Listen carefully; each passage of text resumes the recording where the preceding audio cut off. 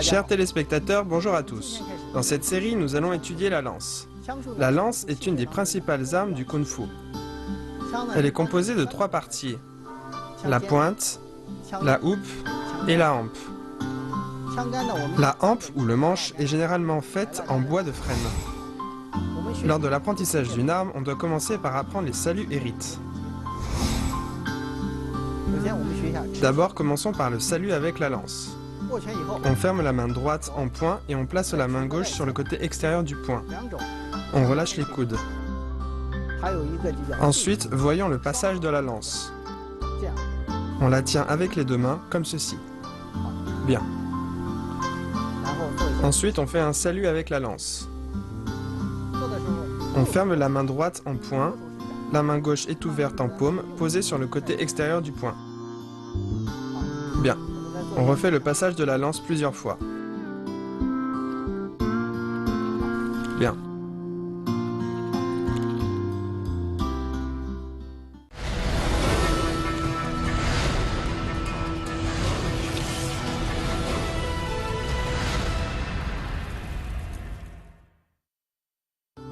Ensuite, voyons barrer, rabattre et piquer.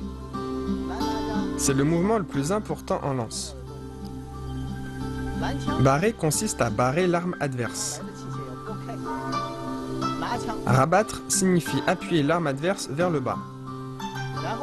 Piquer se fait en piquant l'adversaire devant. La force doit atteindre la pointe.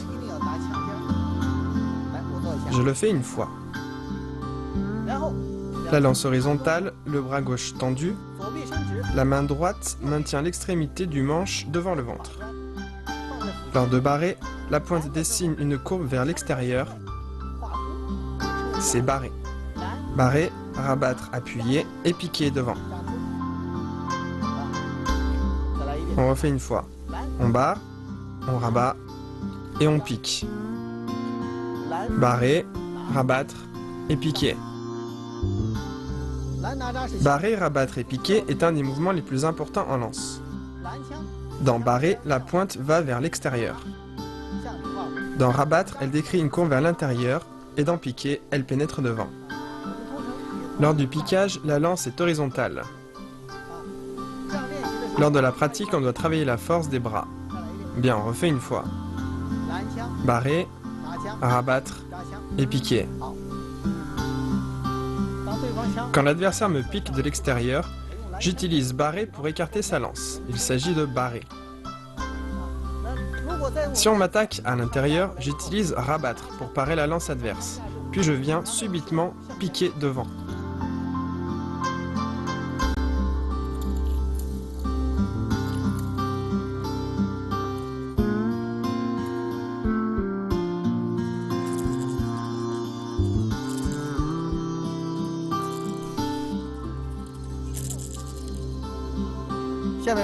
Maintenant, voyons trembler. Lors de ce mouvement, la force doit atteindre la pointe, ce qui secoue la lance vers l'extérieur ou l'intérieur. Lors de son exécution, la main droite tire la lance vers l'arrière et la main gauche vient la bloquer subitement.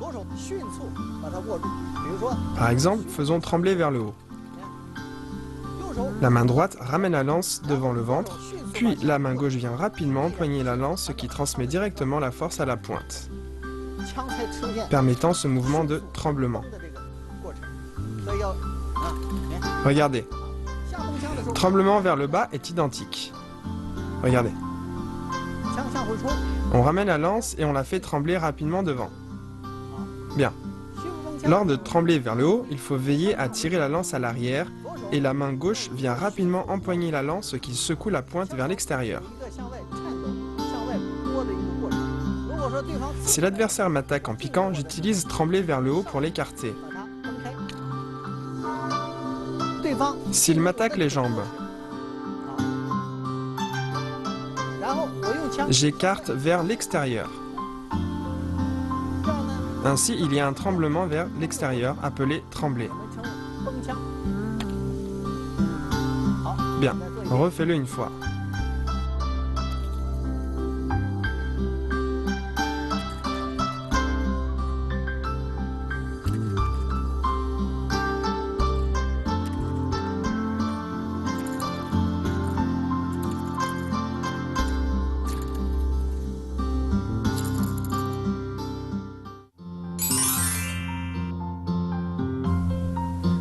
Barrer et rabattre sont des mouvements de défense, dont la rotation ne doit pas être trop grande. Piquer est un mouvement d'attaque. La force atteint la pointe. Le mouvement se fait avec force et précision.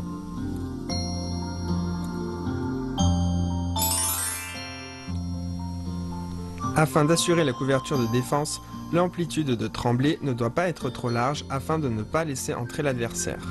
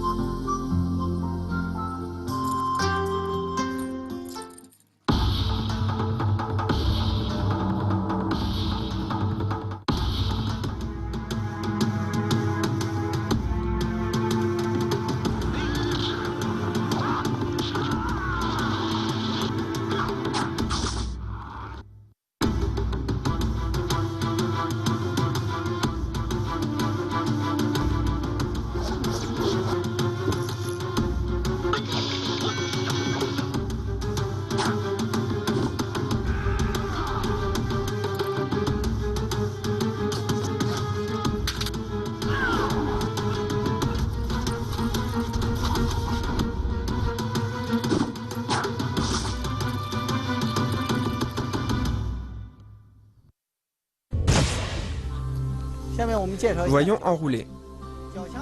Il s'agit d'un mouvement circulaire décrit par la pointe.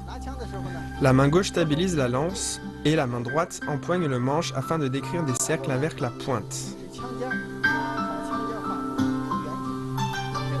C'est surtout pour embrouiller l'adversaire lors d'une attaque. Durant la pratique, il faut veiller à décrire un mouvement bien rond et on peut combiner avec les pas.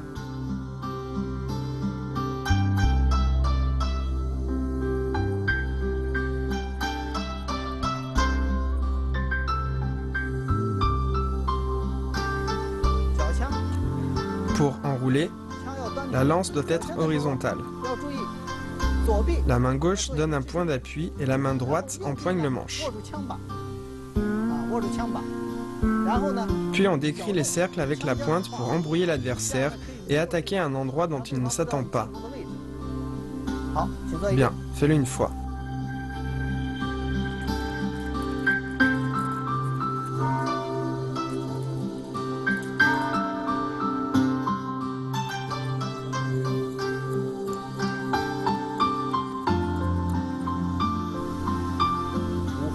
Lors des cercles de lance, la main droite tient la partie inférieure de la lance.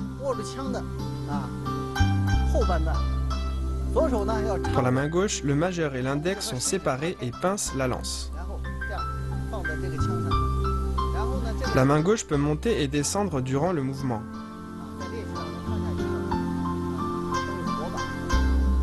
La main droite est plus fixe et doit toujours tenir la lance. Lors du mouvement, le pied droit est devant. Le pied gauche derrière, le corps bien droit. La lance va vers le bas, on l'appuie sous l'aisselle, puis on tourne le corps, ce qui fait tourner la lance de chaque côté du corps. On l'appelle les cercles de lance. Au début, la rotation se fait lentement. Plus on maîtrise, plus on accélère.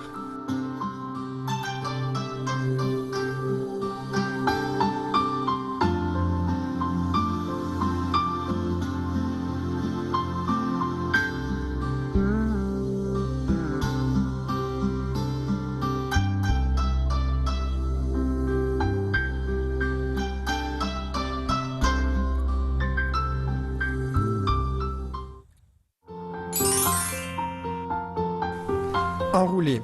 La main gauche comme point fixe, la main droite ne doit pas être trop serrée. On peut combiner avec les pas.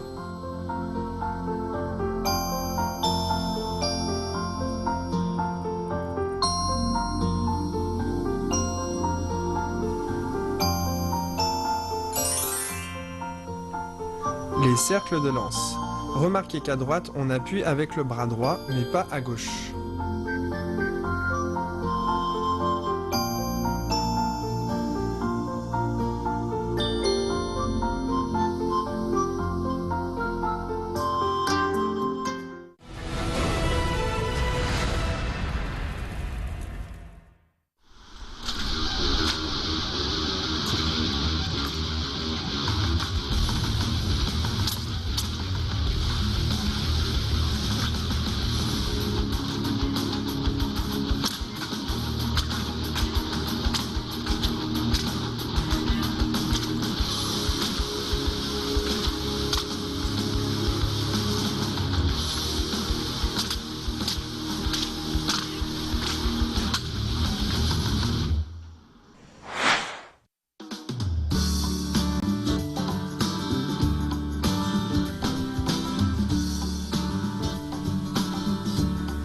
La lance vient de la pique dont la forme est très simple, une pointe et un manche.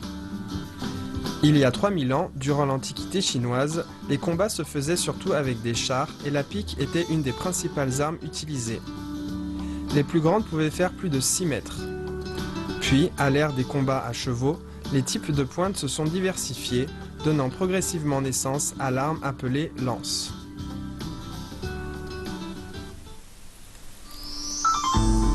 Les exercices de base de la lance sont essentiels.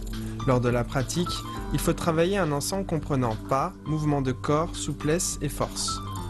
Les mouvements de base de la lance se font avec différents mouvements de corps, de pieds et développent des compétences différentes.